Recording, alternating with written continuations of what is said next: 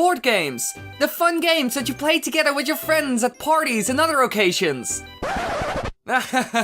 No, I'm kidding, nobody plays board games anymore. Nowadays we have video games for that, like Mario Party, the ultimate Nintendo party game. This game was launched on a Nintendo 64 and sold over 2.7 million, which is actually surprisingly low.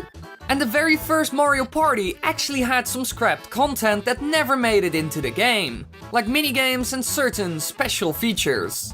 So let's start with taking a look at a couple of minigames that were removed. All or Nothing. The explanation screen appears to be an early version of Chance Time. Instead of various symbols to transfer stuff between players, however, according to the unused advice text, the blocks featured Mario and Bowser marks, and you had to get the Mario mark to win the game. This minigame was most likely removed because it depended too much on luck, although it can be accessed via the debug menu and random play. As can be expected, you are taken to the final version of Chance Time after leaving the screen. Although, due to the unusual means of access and the fact that the data processes it as a one-player minigame, when at least 2 characters will be featured on screen, it freezes in place after the blocks are hit. I can totally understand why they scrapped this one, since a game based on pure luck doesn't sound like a lot of fun. Still, Chance Time is also based on pure luck, but it's a random event, and there are loads of those in the game that have a random effect on the players, so that's not strange. Tour de Mario. This appears to have been a cycling minigame, based on the real-life cycling competition, the Tour de France. The preview icon, strangely, is a black image with the text "now printing" on it, which is strange and we don't really know why it says that. But it is likely that it was a stock image for minigames that were in development. There is also large Japanese text overlaid across the explanation screen that says "under construction." It probably wasn't finished in time. Bungee jump.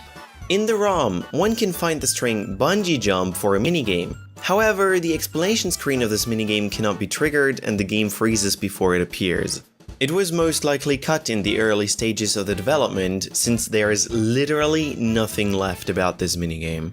Same game. This minigame is actually fully functional and can be played through the use of GameShark code.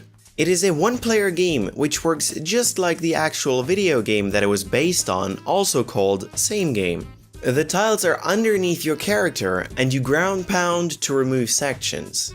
If you manage to clear all of the tiles, you can grab the treasure chest underneath. Otherwise, you must go through one of the doors, which nets you a single coin. An explanation screen doesn't exist for this minigame, but a preview icon was created for it.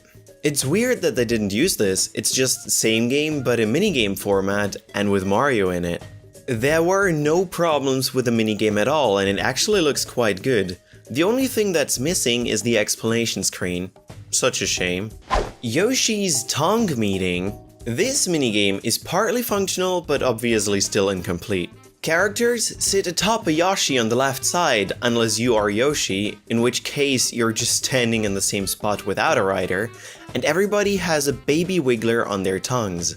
The tongue extends to the wiggler's mother, and you have to unite them by pressing A at the right moment. Press A too soon and they won't reunite, press A too late and the baby will kick its mom into the bushes.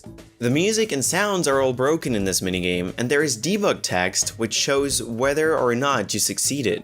Just like with Same Game, there is no explanation screen available for this minigame as well. Yet another minigame that worked for the most part, but had some minor problems, which is why they didn't include it in the final game. They could have easily fixed those mistakes, and there doesn't even seem to be a problem with the concept. Actually, it looked like an amazing addition to the game. But there might actually be a reason for all this, and maybe the 64 disk drive will provide us with answers. The 64DD was an extension for the N64. Plugging it into the extension port on the underside of the console allows the Nintendo 64 the following.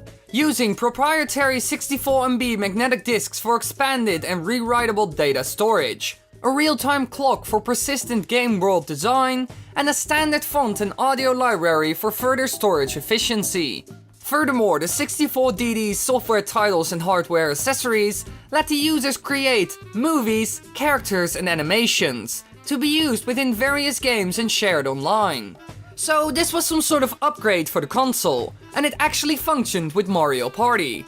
While the US version displays a black screen when there's a 64DD attached to the system, the Japanese and European Australian versions actually recognize the 64DD and check for the disc. So maybe they wanted to add more functions, maps and minigames, but in the end it didn't work out.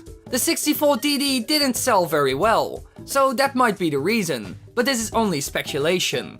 There are no hints at all that they were planning for the game to be bigger than it already was. The only real hint is the fact that it functions with 64DD. So yeah, maybe they were experimenting a bit with it, but it was probably cancelled later on after the poor sales numbers of the 64DD. So there's actually more to this fun party game than you might think. There were actually some very interesting features that just didn't make it. Oh well, it's still a great game. Also, big thanks from me and Thiefbug for all of you lovelies watching our videos and supporting us, because we put time into this. So it's good to see enthusiastic people reacting in the comments. Yay!